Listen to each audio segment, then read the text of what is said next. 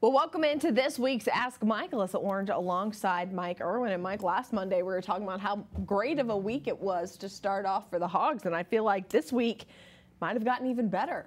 Yeah, I still think something's going to happen, and a hammer's going to drop on my head. I don't know. I'm not used to this. I know. It's really nice. I've had a lot of people ask me this week, is this the best in general overall of Arkansas athletics that you've covered? And for me, in my 7 years, I think the answer is yes, from top to bottom. Is this close to your top five? When I'd only been here 2 or 3 years, the late 70s, they went through a phase where the basketball team went to the Final Four. Football team won the Orange Bowl and was ranked #3 in the country. And baseball went to the College World Series, made it to the championship series. So though 78, 79 right in there was really good. But this is, I don't know, if you look at the concentration right now of what's going on, where you've got this winning streak in basketball and this winning streak in baseball. And we come in here every day, and we're now, because we can't go to these events, we're watching on TV, and you're used to seeing, I mean, every once in a while, somebody's going to lose, and they're just not losing. I mean, the women losing in the SEC tournament's been the only one that I know of. And that surprised all of us. But yeah, no, it's been a lot of fun, and hopefully it continues. We're going to jump right into questions here. Our first question is from Super Hog 1959, who says, you have said that you feel Arkansas is headed towards a run-first team, but Briles likes a tempo offense. Do you think that conflicts with the current direction of the team? A tempo offense puts pressure on a team's own defense. Could you see a new offensive coordinator soon? Oof. First of all, I don't see a conflict between Odom and Briles, because you can run first of all, the fact that you're moving maybe to more of a run first doesn't really have anything to do with tempo. You can still run a tempo offense, running the ball or throwing the ball. And I don't think they're going to stop throwing it. The receivers are too good. So there'll be a minor change there. I don't want people to think that they're just going to, I think they're just going to line up and try to run over people. I don't see that. But maybe just more of a run-oriented team this year because of the quarterback situation. You go from Felipe Franks and what he did, and, you know, even though you've still got a run-pass quarterback, maybe he's more run-oriented. I mean, we'll have to wait and see how that works out. But, look, Sam Pittman knew that he had Barry Odom as a defensive coordinator when Briles was hired. So if he had an issue with that, or if Odom had an issue with Briles, it would have come up then. So the only way I see Briles leaving is if he gets a head coaching job that he wants. I think he likes it here. I don't see him going somewhere else as a coordinator. If he does, it will mean he's been really successful. But I think you're going to have these two guys, these two coordinators working with each other for a while, and I don't see a conflict there. All right, Blood Red Hog asks, do you know why Blaine Toll is leaving the team? Look, I really hate to get into stuff like this, but I do try to answer all these questions. There are two things out there. One is kind of a social media thing, and the other is kind of a thing behind the scenes with the media. The social media part has him leaving Arkansas because he's got a girlfriend at Arkansas State, and he's going to go there. I mean, that's all over Hogville. Is that accurate? How would I know? I don't know anything about his personal life, and it's not like I can pick up the phone and go, hey, Blaine, because we're not allowed to talk to guys when they're within the program without going through the sports information office. And I promise you, I'm not going to get permission to call him and ask him that question. And Sam Pittman is not going to talk about why he left, so we're never going to know for sure. The kind of the rumor behind the scenes is that he looks great as an athlete, imposing, but when he got here, he didn't kind of fit in at tight end where they put him, and they put him back at D end, and maybe he's just not fitting in with either place, and they really are trying to upgrade both of those positions. So maybe it was kind of a mutual deal. They felt like, hey, you can go on somewhere else. We're recruiting in another direction. But we're never going to know for sure any kind of official explanation of that. Yeah, I kind of asked Otis Kurt a little bit yesterday, and he just said the same thing. Personal reasons is what he got. Yeah, so personal reasons. I don't know. Everything's a personal reason. I have no idea what that means, right? I have personal reasons for everything. I bet you do. All right, Nutless Hog wants to know, how would you rank the basketball team with the better ones that we have had in the past, if not too early? Well, I've covered 4 Final Four teams, 78, 90, 94, 95. I hesitate at this point to say this team is as good as those teams, but it might end up being. I mean, we don't know yet. Certainly this is the best Arkansas basketball team probably since that year after the Seattle, where they were national runners-up. Because for one thing, this team is in the top 10 now, and that hasn't happened since that year. So they've done a whole lot of stuff, but the season's not over yet. Basketball is one of these sports where, you know, you can be up one day and kind of down the next. But at this point, it looks like the best Arkansas team since 1995. I like it. All right. Dr. Strangepork says, what are the chances the football team schedules Illinois for future games? I'm joking, but I would like to know about the Notre Dame game. Has that been rescheduled or just canceled? I think he's kind of halfway joking about Illinois. Well, some people would like to see that. There will be no Bielema. No return to Fayetteville anytime soon. Not while they're having a court case with him and whatever happens with that. No. The Notre Dame game, from what I understand, Arkansas very much wants to reschedule that game as it was originally scheduled as a home and home. We play you at South Bend, you come here to Fayetteville the next year. What's happened is there's been nothing from Notre Dame to indicate they want to reschedule it. So the ball is in their court. If it happens, it will happen because they pick up the phone and go, hey, what about that game we were supposed to play? And then Arkansas will go, yeah, we want to do it. Yeah. Well, and you know, with Notre Dame last year, obviously they were in the ACC for that season of COVID football. Right. But outside of that, they have as much freedom as they want because they're an independent to schedule whatever they want. So if they really wanted it done, I guess is what I'm saying, they can make it done. Yes, they haven't told Arkansas, hey, let's do this. Right. All right. Tom says on Hogville wants to know, how do you see the impact of Joe Coughlin as defensive analyst, a much more aggressive defense, or maybe even a D coordinator in waiting in case Coach Odom rejoins the head coaching ranks? You know, Coughlin had a really good reputation as an extremely aggressive defensive coordinator at Arkansas State. We're talking about a guy, they talk about high reward, you got to do high risk, but something can go wrong too. Well, what have we had here at Arkansas for several years? They kind of don't like to blitz a lot because you're not sure what your secondary is going to do. You might get beat there.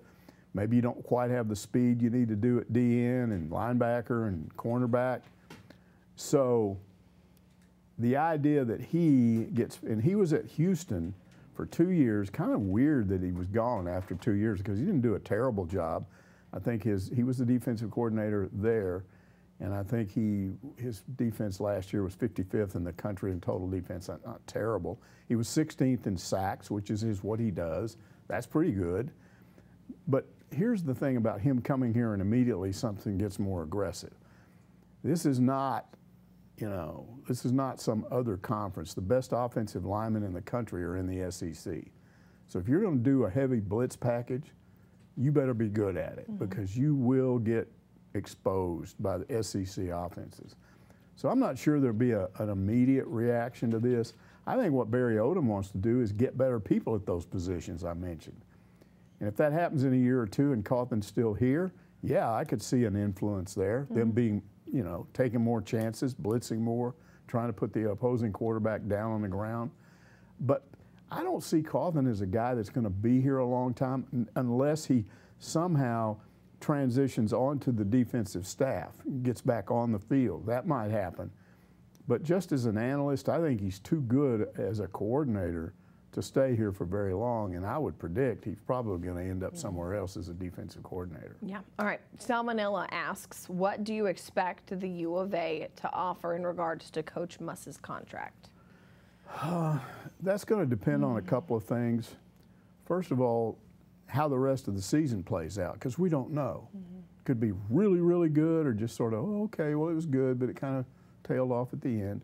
And the other factor is does he have the kind of season, and he may have already had that kind of season, where somebody's going to come after him, somebody that's going to make him a big offer. I don't think there's a lot of money out there to just give some guy a giant raise. He's making about $2.5 right now. He gets all these bonuses, like he gets some money for going to the tournament, gets some extra money for winning a game in the tournament. So he could still add some extra money this year, but base salary is about $2.5. I think based on what he's done now, He's going to get a raise and probably a contract extension. It might be up to close to $3 million. You got to understand something here. Sam Pittman's making $3 million.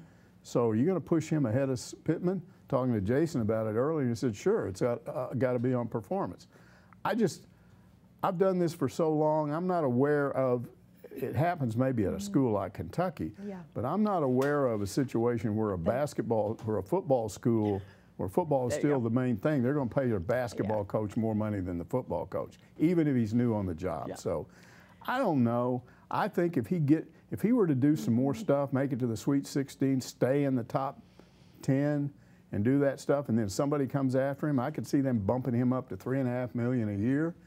But then I think you're going to have to do something with Pittman. I don't think you just leave him sitting there. Yeah, I think you make a really good point where you say a football school, because I will tell you, Kentucky, Duke, North Carolina, even Syracuse with Jim Boeheim, even though they're not performing, those coaches make more money than their football coaches do, but that's about it, I think. All right. AUSTIN.HOGFAN wants to know, do you really think a basketball SEC tournament deep run means much in the NCAA seedings at this point? I would love to win it, but not sure it means that much more to the committee.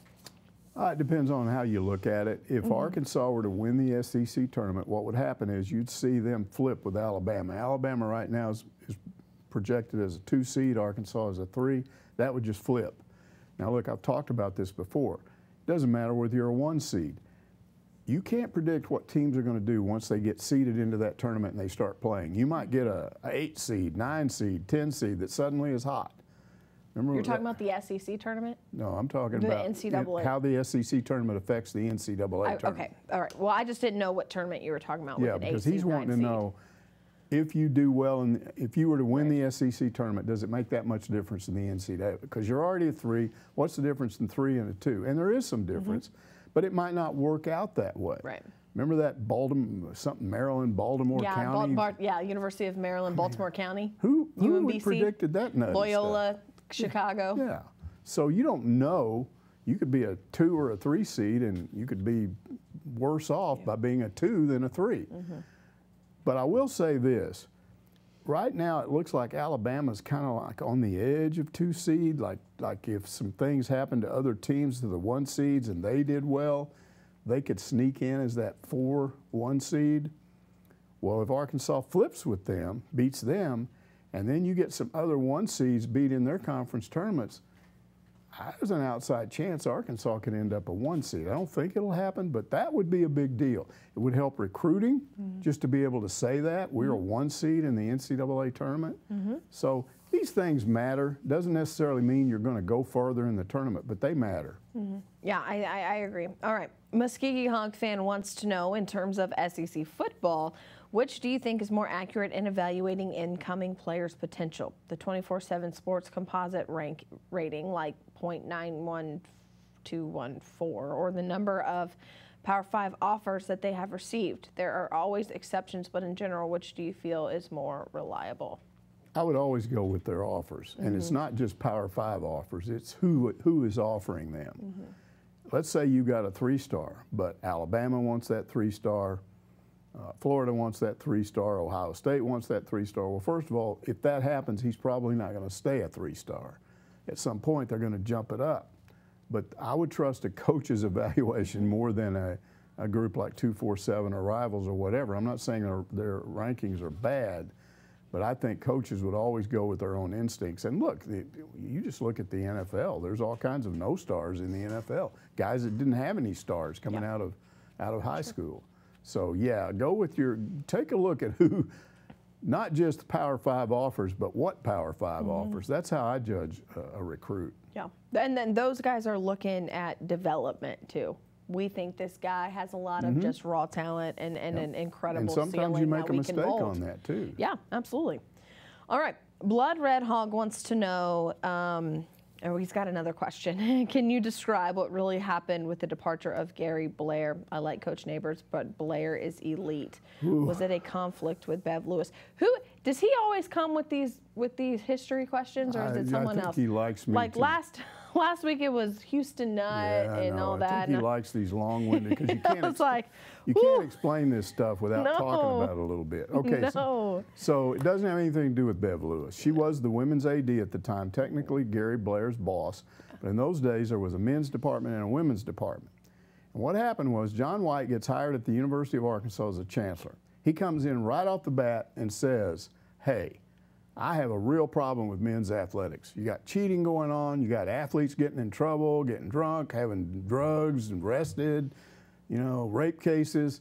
The women always act better than the guys. And so we should be more proud of women's athletics, and we should encourage the men to be more like the women.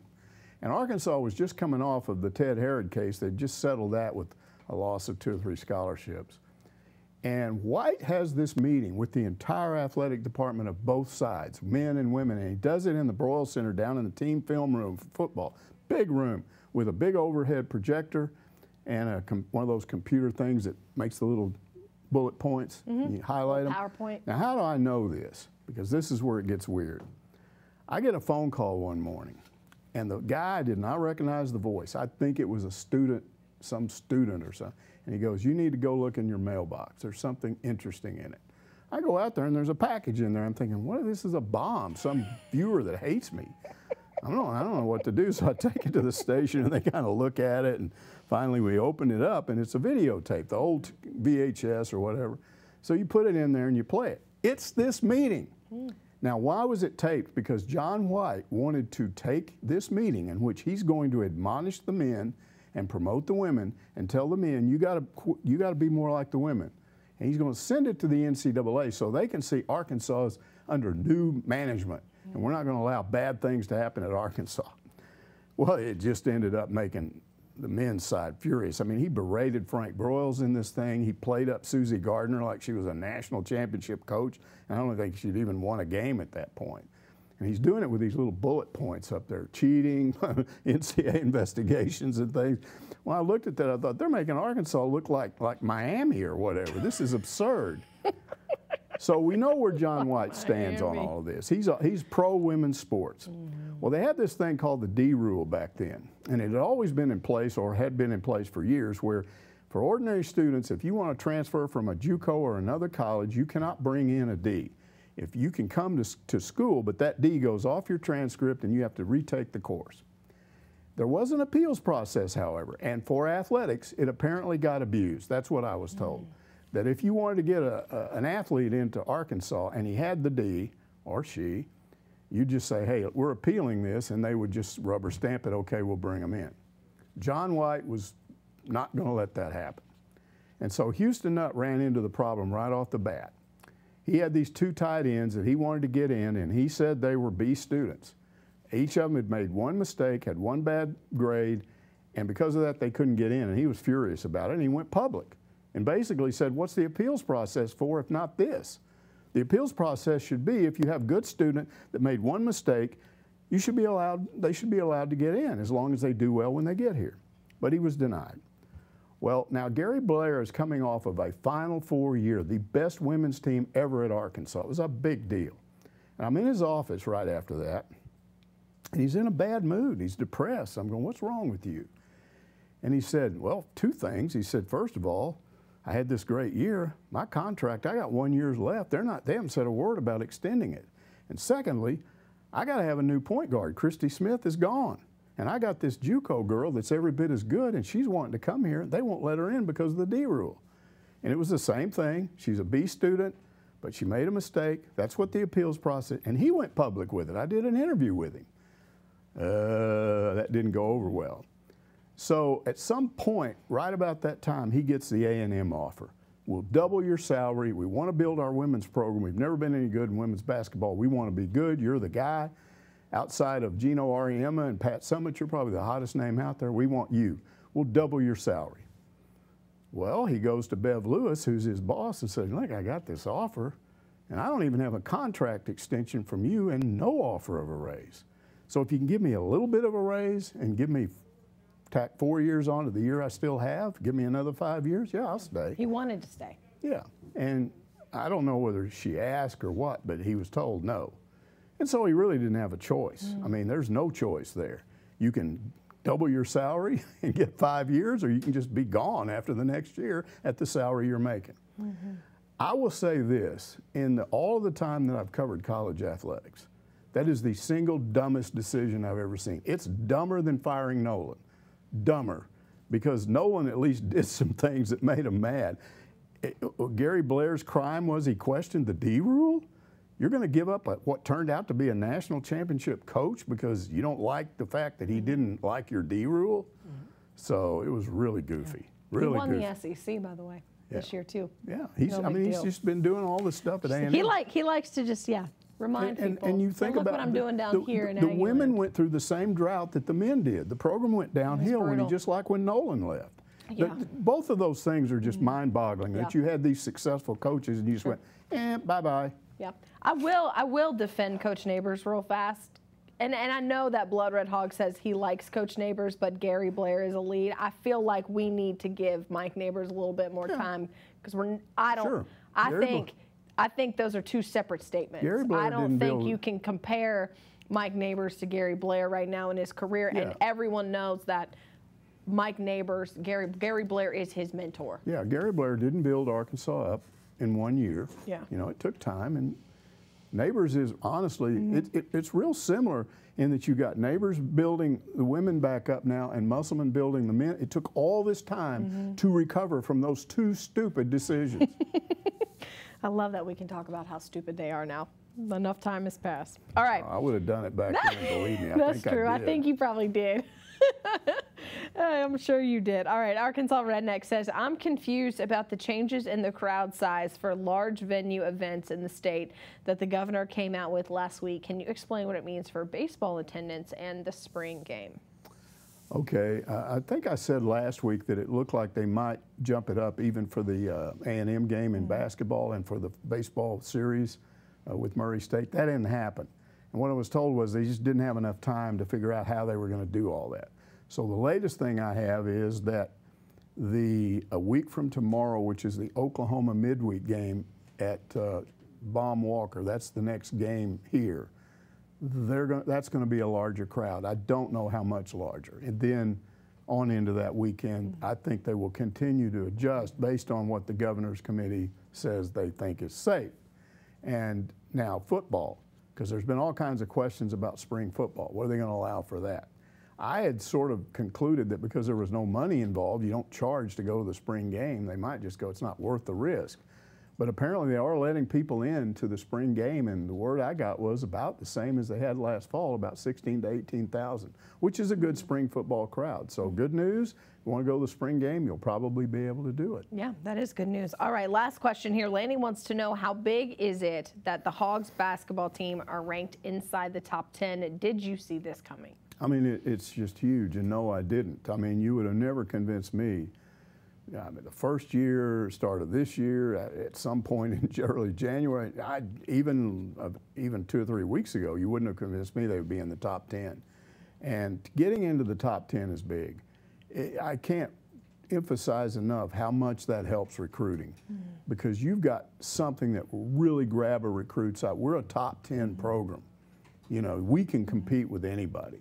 So, I mean, it can always change, and we started off talking about this. You kind of don't want to jinx them or anything, but the fact that they're in the top 10 is big, big news.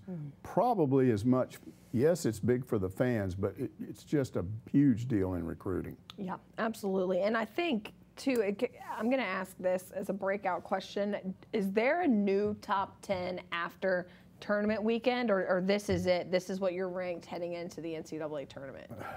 Do they re-rank after? Jason, do you know if they re-rank? He's not paying attention. Do they re-rank after conference tournaments rankings, or is this it for the rest of the year? This is what they're ranked. For the basketball, it'll be after the tournament. So there'll be a new ranking after one more. Okay. I wasn't sure if they really took tournament into consideration. Yeah, I wanted to hear him say that because I was afraid if I would said something wrong and I would look dopey. No, that's fine. I knew he knew. So I just wanted to find, because I was curious. I mean, they could be ranked 8th the rest of the postseason, or do we get one more ranking before? I didn't know. So even though I acknowledge that that's a huge deal, I pay little attention to the polls and stuff like that. Sure. Yes, they're important, but not to me. most of the time. Yeah, well, it's big, as you mentioned, for recruiting, but you think about, again, this team and what they've accomplished, and you know, there's that saying all over social media, hog's gonna hog, and hasn't happened yet. Knock on wood. Hopefully they don't, but that's a mentality out there because the hammer has fallen so many times. Yeah. I mean, just pray there's no motorcycle accident anytime in the I hope not, golly. I hope not. Y'all better stop. It's supposed to rain. Don't get on any motorcycles. Okay. All right. That is going to do it for this week's Ask Mike. Thanks for watching. And remember, if you've got a question for Mike, just head over to hogville.net and click on the Ask Mike forum. We'll see you next week.